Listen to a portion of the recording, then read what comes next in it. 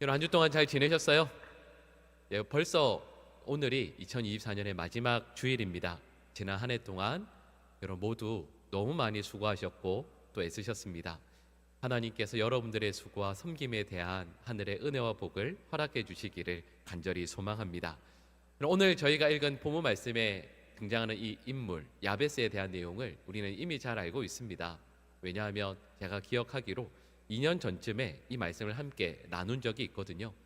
말씀을 준비하면서 야베스가 어떤 인물이었을까라고 생각하면서 떠올랐던 그 이야기가 있습니다. 친한 목사님 한 분께서 몇 년 전에 그 휴가를 미국의 시카고로 갔다 오셨어요. 저는 가본 적이 없는 도시여서 이제 이야기를 나누다가 시카고는 뭐가 좋으냐고, 여름 휴가를 가서 볼 만한 게 뭐가 있냐고 그랬더니 시카고는 볼 만한 게 뭐가 있을까요? 도시 그 자체만 볼 게 있대요. 도시를 볼만하다고 그러시더라고요. 그래서 그게 아니 도시를 볼만하다는 게 무슨 의미인지 물어보았더니 여러분 시카고가 세계에서 가장 아름다운 도시라고 이야기합니다.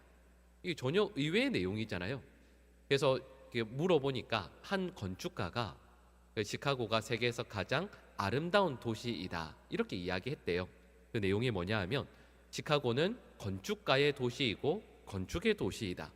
도시가 너무 아름답게 잘 정비되어 있고 도시 곳곳이 마치 바둑판처럼 잘 구획화되어 있는데 미시간 호수를 품고 도시의 건물들이 참으로 아름답게 잘 건축되어 있는 아름답게 설계된 도시이다 라고 이야기를 합니다.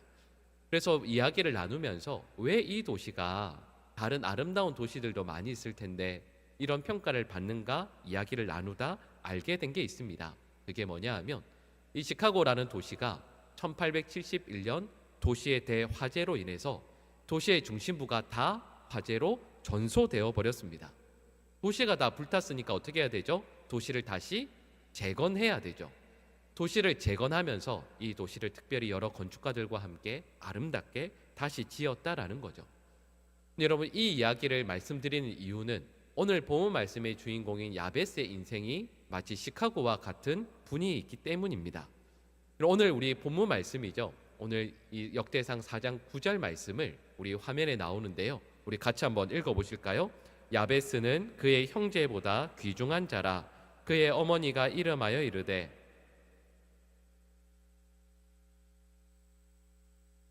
아멘. 여러분 오늘 본문 말씀의 이 내용을 조금 더 쉽게 이해하기 위해서는 다른 번역이긴 하죠.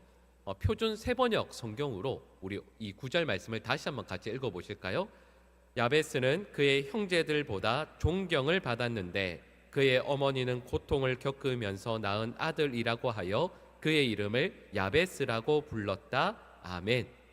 그리고 이 4장 9절 두 가지의 번역을 통해서 보면 야베스의 인생이 두 가지로 확연히 나뉜다라는 것을 알게 됩니다. 그리고 오늘 본 말씀의 후반부의 내용은 야베스라는 인생이 어떻게 출발했는지를 말씀하고 있죠. 방금 읽은 표준 세번역 말씀을 보면 그의 어머니가 고통을 겪으면서 낳은 아들, 그래서 그의 이름을 뭐라고 짓죠? 야베스라고 짓습니다. 야베스라는 이름의 뜻이 무엇이냐면 고통, 근심이라는 뜻입니다. 그리고 야베스라는 이름이 성경에서 가장 먼저 쓰인 곳이 어디냐면 사사기 21장 8절 말씀입니다. 이스라엘의 여러 지파들에 의해서 완전히 황폐화되고 멸망하게 된 그 도시, 동네 이름이 야베스 길르앗이거든요. 그럼 망하게 된 도시, 그래서 황량하게 된 도시라는 뜻의 야베스 길르앗. 그래서 이 의미가 뭐냐 하면 황량한 땅, 비운의 땅, 이런 뜻이 그 속에 포함되어져 있습니다. 그러니까 야베스라는 인생 그 출발점이 어떤 장면이었을까요? 태어났을 때 이미 야베스라는 인생은 옆에 있는 모든 사람들이 볼 때 황량한 인생이요 망한 인생, 소망이 없어 보이는 인생으로 그는 삶을 출발했다라는 뜻입니다. 근데 참 이상하죠? 저희가 조금 전에 읽었던 9절 말씀 첫 부분에 보면 야베스는 그의 형제들보다 귀중한 자, 그리고 표준 세번역에서는 야베스는 그의 가족들 중에서 가장 존경을 받은 사람으로 이야기합니다. 어느 누구도 주목하지 않았던 도시에서 큰 어려움 가운데 완전히 전소되었지만 세상의 사람들이 가장 아름다운 귀한 도시라고 평가를 받았던 마치 시카고처럼 야베스의 인생 또한 새롭게 거듭나게 된 것이죠. 야베스가 어떻게 이렇게 변화될 수 있었는가에 대해서 오늘 본문 말씀은 특별히 이어지는 10절 말씀을 통해서 네 가지로 말씀하고 있습니다. 그리고 그 네 가지는 야베스의 기도에서 우리는 그 근거를 찾을 수 있죠. 그럼 그 네 가지를 우리 짧게 한번 살펴보려고 합니다. 우리 첫 번째로는요, 우리 10절 말씀에 우리 노란색 부분 앞부분에 있는 내용을 우리 같이 한번 읽어보실까요? 주께서 내게 복을 주시려거든 아멘. 자, 여러분, 내게 주님께서 복을 주시려거든 이렇게 말씀이 나오고 있는데 먼저 우리가 생각해 보아야 할 것이 있습니다. 여러분, 요즘 교회에서요 복에 대한 설교를 많이 합니까? 잘 안 합니다. 왜냐하면 이전에 한국교회 전통에서 많은 분들이 이렇게 생각하시거든요. 아직도 교회에서 복에 대해서 설교하냐? 교회에서 복에 대해서 설교를 하면 마치 뭐 같죠? 무속신앙이나 샤머니즘 같은 느낌이 듭니다. 자꾸 복을 구하는 것은 바른 기독교 신앙이 아니라고 이야기합니다. 그래서 야베스가 하나님께 복을 주시려거든 이렇게 복을 구하는 것이 과연 올바른 기도인가? 라는 의문을 가지시는 분들도 있으실 겁니다. 하지만 저와 여러분들이 꼭 기억해야 할 것이 있습니다. 앞서 말씀드렸던 무속신앙이나 샤머니즘에서 이야기하는 복과 우리 성경에서 말씀하고 있는 복은 전혀 다릅니다. 샤머니즘에서 이야기하는 복이라는 것은 가장 간단히 말씀을 드리면 내 소원의 성취를 의미합니다. 내가 지극정성을 들여서 내가 원하는 바로 그 소원을 이루어내는 것을 복이라고 이야기하죠. 여러분, 성경의 복은 바깥에서 모양을 보면 똑같아 보여요. 내가 원했던 건강이든 물질이든 명예든 어떤 것이든 겉으로 보면 그것은 똑같아 보입니다. 하지만 성경에서 말씀하고 있는 복을 다시 정확히 말씀을 드리면 이렇게 말씀드릴 수 있습니다. 성경에서 말씀하는 복은 하나님께서 주시는 것으로 만족한 상태라고 말할 수 있습니다. 하나님께서 우리에게 은총을 베풀어 주시거든요. 근데 바깥에서 보면 똑같아 보이죠? 근데 베풀어 주시는 그 은총에 감사하고 기뻐하고 즐거움이 충만한 것, 내가 노력해서가 아니라 하나님께서 우리에게 주신 것으로 기뻐하는 바로 그 상태를 복이라고 말할 수 있습니다. 근데 방금 읽은 이 10절 말씀의 노란색 전반부 내용을 저희가 가지고 있는 개역 개정 성경이 아니고요, 이전 개역 성경을 보면 이 원래 원문이죠, 히브리어 원문에 훨씬 더 근접하게 번역을 했습니다. 이전 개역 성경의 우리 번역으로 한번 보실까요? 우리 노란색 부분 같이 한번 읽어보겠습니다. 원컨대 주께서 내게 복에 복을 더하사 아멘. 이 내용이 저희가 가지고 있는 개역 개정 성경과 약간은 좀 느낌이 다르죠. 이렇게 이야기합니다. 원컨대 주께서 내게 복에 복을 더하사. 그럼 저희가 그 영어 같은 경우에는 그 문법을 공부할 때 비교급과 최상급이 있습니다. 좋다, 더 좋다, 최고로 좋다 이런 게 있죠. 한글 성경도 우리 한글도 이런 게 있죠. 좋다, 다음에는 비교급은 뭘까요? 더 좋다. 최상급은 뭐죠? 끝내준다. 이렇게 말할 수 있죠. 근데 여러분, 이게 말씀드렸던 것처럼 저희 한글이나 영어에서는 비교급과 최상급이 있습니다. 하지만 이 구약 성경에 기록된 히브리어에는 비교급과 최상급이라는 문법 자체가 없습니다.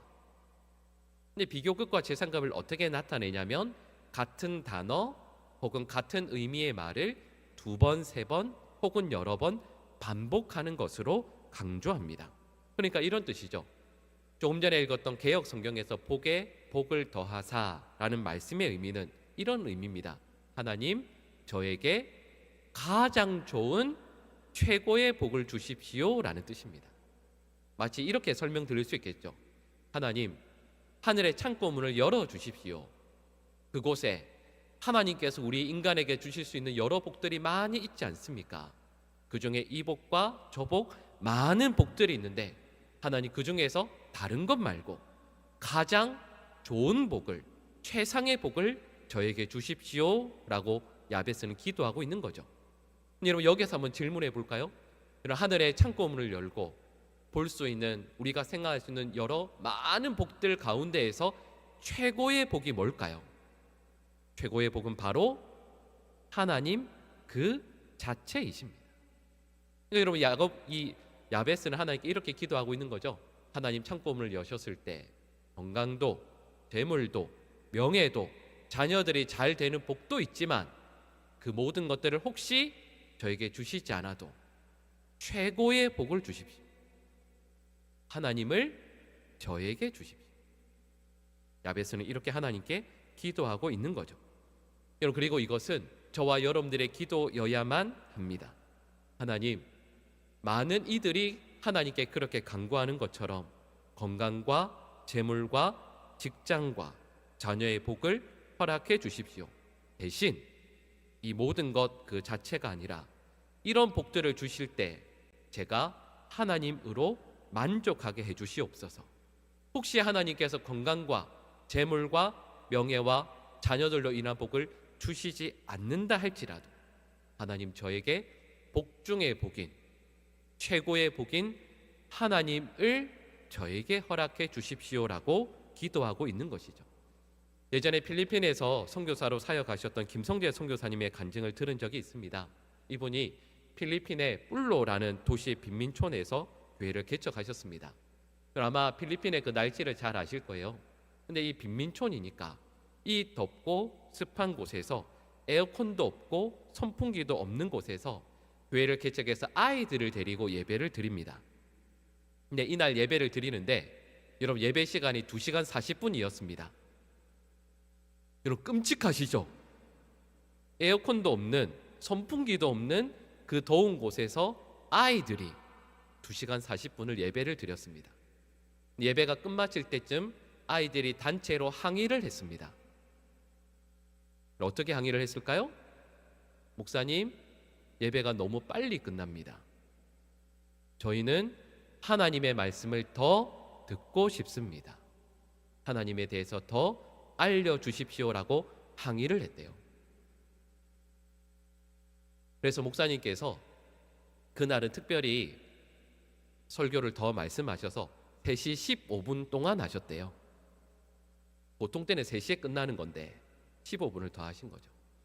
근데 이 말씀을 하시면서 한 아이의 이야기를 해주셨습니다. 예배가 끝나고 나면 아이들이 나와서 몇 명이 나와서 간증을 하는 순서가 있을 때가 있는데, 한 아이가 나와서 간증을 시작하면서 필리핀 말로 이렇게 했대요. 살란맛 빵이논. 이게 무슨 말인지 모르시겠죠? 저도 이제 대충 발음 나는 대로 쓴 건데, 살란맛 빵이논이었습니다. 이 말이 뭐냐 하면 시작하는 말인데, 하나님 감사합니다 라는 말이었다고 합니다. 그러면서 아이가 하는 말 내용이 요약하면 이거예요. 그 주일이 이 아이의 생일이었습니다. 근데 이 아이가 하나님 감사합니다 라고 간증을 시작한 이유는 생일인데 아이가 먹을 것이 집에 하나도 없어서 굶고 왔습니다. 근데 3시간이 넘는 예배를 드리고 나서 이 아이가 감사하는 거죠. 하나님, 교회에 올 수 있어서 감사합니다. 하나님께 나와서 예배 드릴 수 있어서 감사합니다. 질문해 볼까요?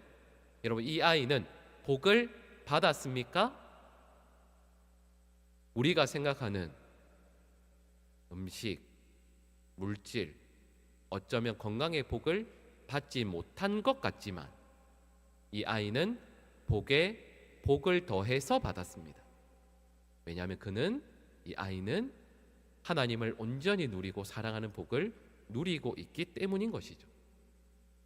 여러분, 야베스가 하나님께 이렇게 간구합니다. 하나님, 복이 아니라 복에 복을 더하여 주십시오. 어떤 분들은 야베스가 욕심이 많아서 그랬다고 할지도 모르겠습니다. 그럼요, 야베스는 정말 욕심이 많은 분입니다.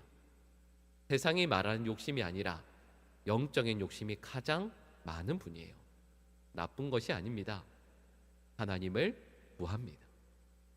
여러분, 이 한 해를 마무리하면서 그리고 새로운 날, 새로운 한 해를 맞이하는 저와 여러분들이 하나님 앞에 꼭 기도해야 한다라고 한다면 가장 먼저 기도해야 하는 가장 중요한 기도의 내용이 무엇이겠습니까? 하나님, 세상의 사람들과 똑같은 복이 아니라 하나님을 저에게 주십시오. 하나님으로 감사하고 만족하는 믿음의 사람이 되게 해주십시오. 기도해야 하지 않겠습니까? 여러분, 우리 모든 성도들에게 하나님께서 이 은혜를 허락해 주시길 간절히 축복합니다. 복의 복을 더하여 주셔서 하나님을 내 삶에 만나고 누리고 감사하고 기뻐하는 우리 믿음의 백성들 될 수 있기를 간절히 축복합니다.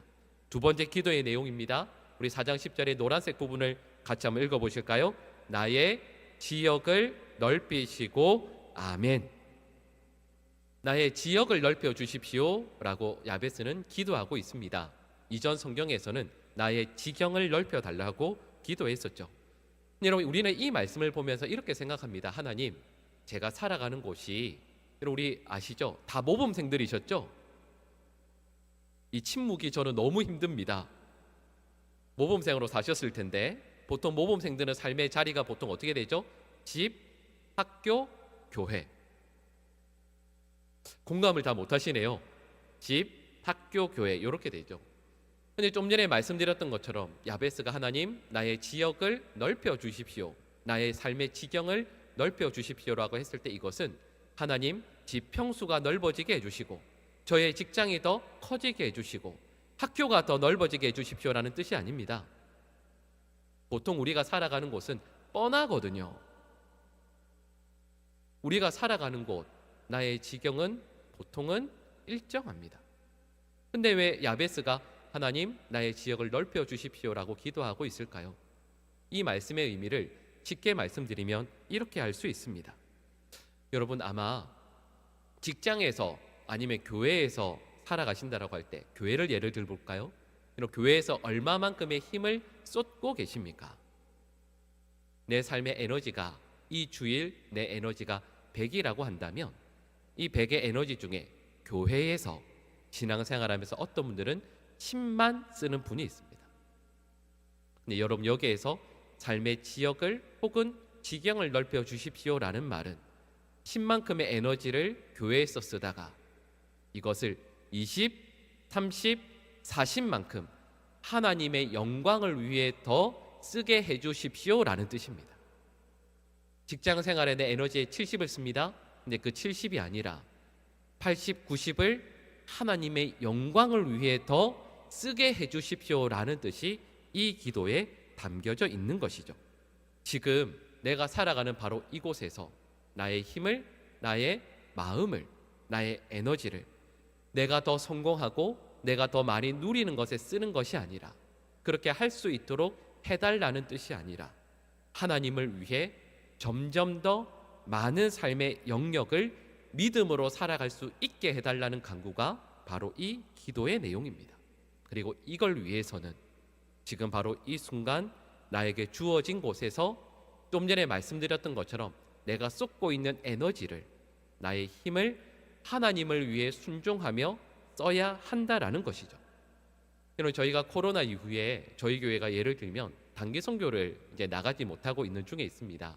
이제 곧 준비를 해서 나가게 될 텐데요. 예를 들면 이런 교회에서 단기 선교를 나간다고 했을 때 이전에 단기 선교를 갔다 왔던 분들이 신청을 하시겠습니까? 아니면 한 번도 안 가보신 분들이 신청을 하시겠습니까? 많은 경우에는 갔다 온 분들이 더 신청을 하실 거예요. 왜 그럴까요? 단기 선교를 한번 가봤을 때, 두 번 가봤을 때 그곳에서 죽어가는 영혼들을 바라보며 눈물 흘리며 기도했던 경험이 있거든요. 영적인 추억들이 있거든요. 그 기쁨이 있거든요. 그걸 누려본 사람들이 나의 힘과 에너지를 주님을 위해 더 쓰게 되는 겁니다. 이런 교회에서도 보면 실은 제가 가장 바라고 원하는 것은 우리 모든 성도들 각자가 한 분 한 분이 교회 어느 곳이라도 섬기기를 바랍니다. 1인 1사역을 다 했으면 좋겠어요. 근데 어느 교회도 그런 데가 실은 어렵습니다. 보통 보면 어떻게 하죠? 한 분이 두 군데 세 군데를 섬겨요. 왜 그렇게 될까요? 섬기고자 하는 분이 없어서 그렇다라고 이야기할 수도 있어요. 근데 실은 또 다른 의미도 있습니다. 뭐냐 하면 예를 들면 찬양대든 교사든 섬기는 분들이 섬김의 기쁨을 알거든요. 분명히 마음 상하고 힘든 일이 있을 때가 있죠. 그런데 그 일들을 마쳤을 때 주님께서 주시는 위로를, 주님께서 주시는 격려를 누릴 수 있거든요. 여러분, 저는 우리 모든 성도들의 하나님께서 은혜를 베풀어 주셔서 여러분들의 삶의 지경, 삶의 지역이 넓어질 수 있기를 간절히 축복합니다. 여러분, 아멘 하셨는데 그냥 하신 말씀 아니시죠? 교회에서도 그 지역이 넓어지셔야 돼요. 실은 예배를 드리기 위해서 주일 아침 준비하시고 셔틀 버스든 대중교통에 대해서 오시고 돌아가시는 것까지 실은 우리의 많은 에너지와 힘을 쏟는 것이 분명합니다. 여러분, 저는 그것만으로도 너무 감사해요. 그런데 이것만으로 만족하시지 마시고 한 해 한 해 가면 갈수록 교회에서 섬기는, 헌신하시는, 주님께 내어드리는 우리 삶의 영역이 날마다 해마다 더욱더 확장되어지시기를 간절히 축복합니다. 하나님 앞에 나의 마음, 나의 시간, 정성을 더욱더 많이 내어드리는 우리 모든 성도들 되시기를 축복합니다. 세 번째 내용입니다. 우리 10절 말씀의 후반부 내용인데요, 우리 노란색 부분 또 읽어보겠습니다. 주의 손으로 나를 도우사. 아멘. 여러분, 무슨 말씀이겠습니까? 주의 손을 의지하겠다라는 뜻이에요. 나의 손, 나의 능력, 나의 힘을 의지하는 것이 아니라, 여러분, 이건 나의 손으로 나의 힘으로 행하는 것들을 완전히 안 하겠다라는 뜻이 아닙니다. 하지만 이 모든 것들보다 우리 주님의 손으로 내 삶에 역사해 주시고 주님께서 친히 도와주실 것을 간절히 구하고 믿고 의지하는 것이죠. 예전에 초대 교회사를 공부하면서 이런 일화가 그 책에 있는 것을 본 적이 있습니다. 로마가 교회를 핍박하는 가운데에서 로마 펠릭스라는 교회 지도자가 있었습니다.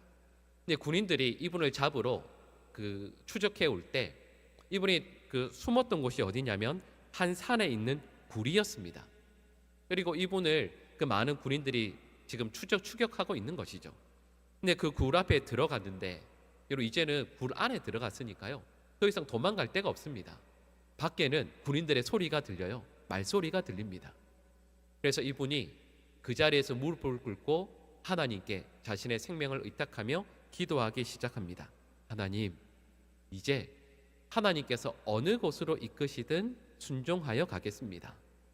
잡혀서 고문을 받든 순교를 당하든 하나님, 저는 하나님을 결코 부인하지 않겠습니다. 그렇게 기도를 하고 있는데 밖에서 로마 군인들의 소리가 막 웅성웅성 들리더니 갑자기 발소리가 멀어지기 시작하는 겁니다. 도망갈 데가 다른 데가 없거든요. 굴 속에 있는 게 뻔할 텐데 왜 나를 잡으러 오지 않을까? 그곳에 가만히 있다가 이제 밖으로 나가 보았습니다. 근데 나가 보았더니 어떤 일이 일어났냐면, 노마 펠릭스라는 분이 기도하는 동안 그 동굴 앞에 몇 마리의 거미들이 거미줄을 친 거예요. 그러니까 군인들이 볼 때에는 아주 짧은 시간에 이 거미줄이 쳐져 있는데, 야, 이건 안에 틀림없이 아무도 없는 것이라고 생각하고 떠나가 버린 거죠. 근데 그 교회사 책에 이 문장이 적혀져 있었습니다. 유명한 문장이죠. 하나님이 함께하지 않으시면 돌벽과 쇠문도 거미줄처럼 약하나 하나님이 함께하시면 거미줄도 철문보다 강하다. 이게 이분의 말씀이었습니다. 그럼 맞아요. 우리도 이 땅을 살아가면서 돌벽과 쇠문을 세워야 합니다. 이걸 위해서 우리는 애써야 해요. 하지만 잊어서는 안 될 것이 있습니다. 하나님께서 세우시는 거미줄을 우리는 더욱더 의지해야 합니다. 내가 아무리 애쓰고 노력해도 하나님의 손으로 나를 붙들어 주시고 나의 삶을 인도해 주시고 내 삶에 역사해 주시기를 저와 여러분들은 날마다 간구해야 하는 것이죠. 그래야 연약한 인생 가운데 역사하시는 하나님의 은혜를 우리는 경험하게 됩니다. 네 번째 내용입니다. 우리 오늘 본 말씀의 후반부 내용인데요, 노란색 부분을 같이 읽겠습니다. 나로 환난을 벗어나 내게 근심이 없게 하옵소서 하였더니 아멘. 여러분, 이 내용의 말씀을 간단히 설명드리면 이런 겁니다. 근심이라는 것은 마음이 나뉘는 것을 의미하죠. 지금까지 앞에 나왔던 세 가지의 말씀들은 이 야베스가 환난을 벗어나게 해달라는 뜻이 될 것입니다. 하나님께서 함께 하시니 내 삶의 지경이 넓어지게 하시고 주의 손으로 나를 붙들어 주시니 야베스는 분명 환난을 벗어나게 될 것입니다. 하지만 환난을 벗어나는 것으로 끝나지 않고 그 이후에 근심이 없기를 기도하고 있습니다. 근데 근심은 말씀드렸던 것처럼 마음이 나뉘는 것을 의미합니다. 여러분, 이것은 가장 쉬운 현대인의 언어로 이야기하면 이렇게 말씀드릴 수 있습니다. 하나님, 여러 인생 가운데에서 작은 승리들을 경험했을 때, 하나님의 함께 하심을 경험하여 감사와 기쁨이 가득할 때, 이 은혜를, 이 승리를 끝까지 지키게 해 주십시오 라는 간구를 말씀하고 있는 거죠. 여러분, 승리하는 것 어렵습니다. 하지만 승리를 끝까지 지키는 것은 더 어렵습니다. 은혜 받는 것 귀하죠.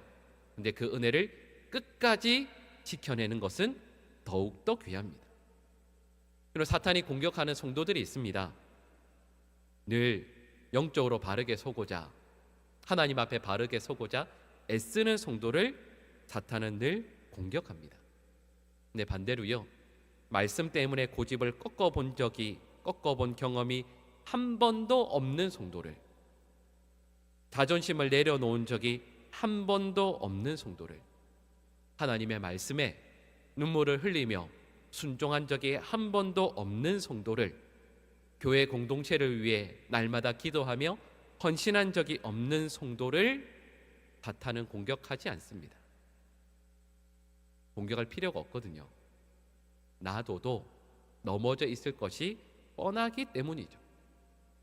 이전에 제가 교육전사로 섬길 때 한 아이가 저에게 이렇게 웃으면서 이야기했던 내용을 잊을 수가 없습니다. 전도사님, 저희 엄마는 옛날에 절에 다닐 때나 교회 다닐 때나 똑같아요. 고함 지르는 것도 똑같고, 눈 흘기는 것도 똑같고, 아빠랑 싸움하는 것도 똑같고, 아빠 머리를 잡아 뜯는 것도 똑같아요. 저는 그 말을 잊을 수가 없습니다. 여러분, 아이들도 아는데 사탄이 모르겠습니까?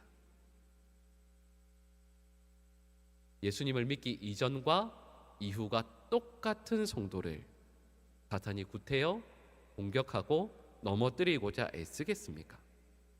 사탄이 공격하는 대상은 지금 믿음과 기도로 삶이 바뀌어지고 있고, 삶의 지경이 넓어지고 있고, 믿음 가운데 굳건히 서가는 성도입니다. 그를 공격해서 넘어뜨리고자 하는 것이 사탄의 계략이죠. 여러분, 그래서 저희가 미디어를 통해서 자주 접할 수 있는 것은 참으로 훌륭한 목사님이, 참으로 귀한 교회의 지도자가 여러 사탄의 시험들로 말미암아 넘어지는 것을 우리는 듣게 됩니다. 여러분, 말씀드렸던 것처럼 우리는 말씀을 붙들고 믿음 가운데 굳건히 서도록 애써야 합니다. 근데 그것으로 끝내면 안 되고요, 그 가운데서 더욱더 굳건히 서고 우리의 마음이 나뉘어지지 않도록, 시험 가운데 쓰러지지 않도록 더욱더 하나님의 은혜를 구하며 우리는 믿음의 삶을 끝까지 살아야 합니다. 여러분, 이제 연말 연시입니다. 세상의 사람들은 이때 어떤 선물을 주고받을지, 어떻게 하면 좀 더 즐겁게 지낼지 많은 약속들의 자리를 잡고 흥청망청 지냅니다. 여러분, 우리 그리스도인들은 이럴 때일수록 우리의 신앙과 믿음을 점검하고, 비록 우리의 삶이 야베스의 자리였다 할지라도, 고통과 황량함과 슬픔 가운데 있었다 할지라도 주님으로 말미암아 귀중한 자로, 존경받는 자로 믿음 가운데 바르게 섰던 또 야베스가 되었던 것처럼 이 믿음의 길을 끝까지 바르게 걸어가야 할 줄로 믿습니다. 우리 모든 성도들이 야베스와 같이 황폐함과 고통 가운데에서 귀중한 자로 믿음 가운데 굳건히 설 수 있는 우리 모든 주의 백성들 될 수 있기를 간절히 축복합니다.